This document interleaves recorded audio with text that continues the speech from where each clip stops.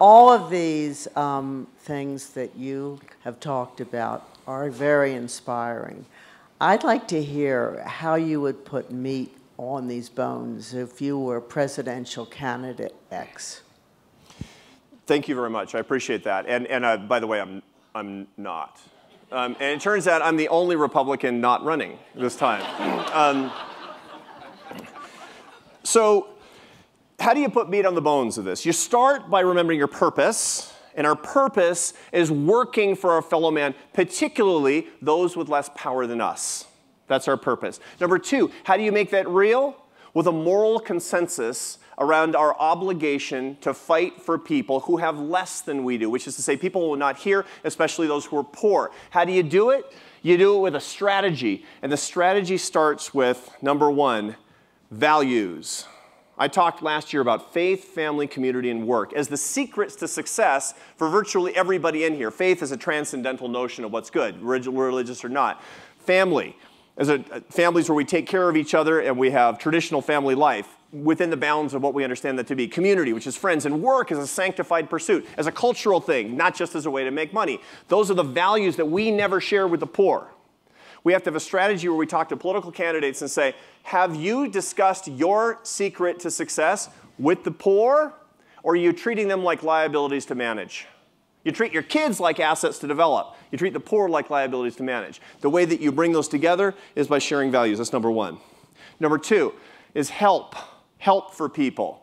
What I suggest to the presidential candidates on the Republican side, it turns out I'm not on Hillary Clinton's speed dial, but the Republican candidates come through AEI all the time. And what do we say about the strategy to help poor people very specifically? Three things. This should be the strategy. Number one, declare peace on the social safety net provided by government for the poor right now. Why? Because the greatest achievement of the free enterprise system is our ability to take care of our brothers and sisters in need, even if we don't know them.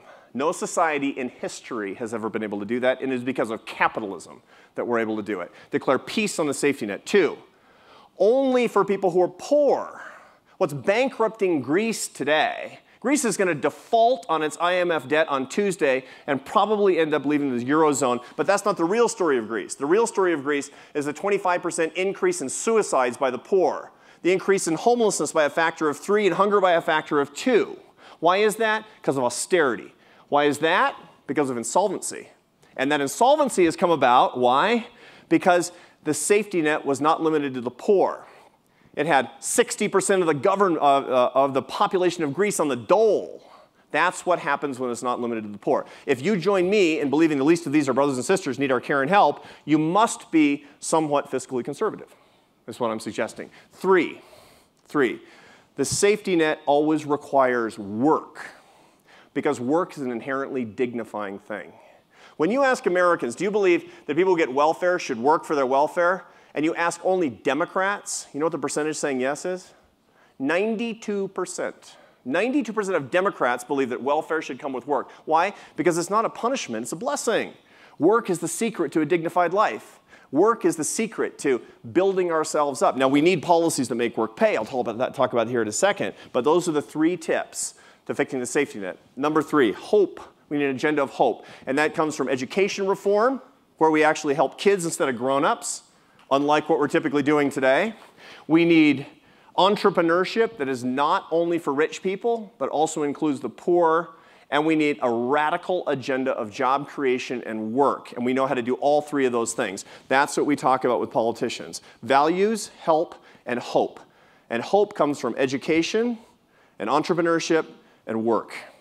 If we do those things and we have specific policies, which we do, we can actually turn this whole situation around and truly live our purpose in politics, bring more joy to people and hope for the first time in decades.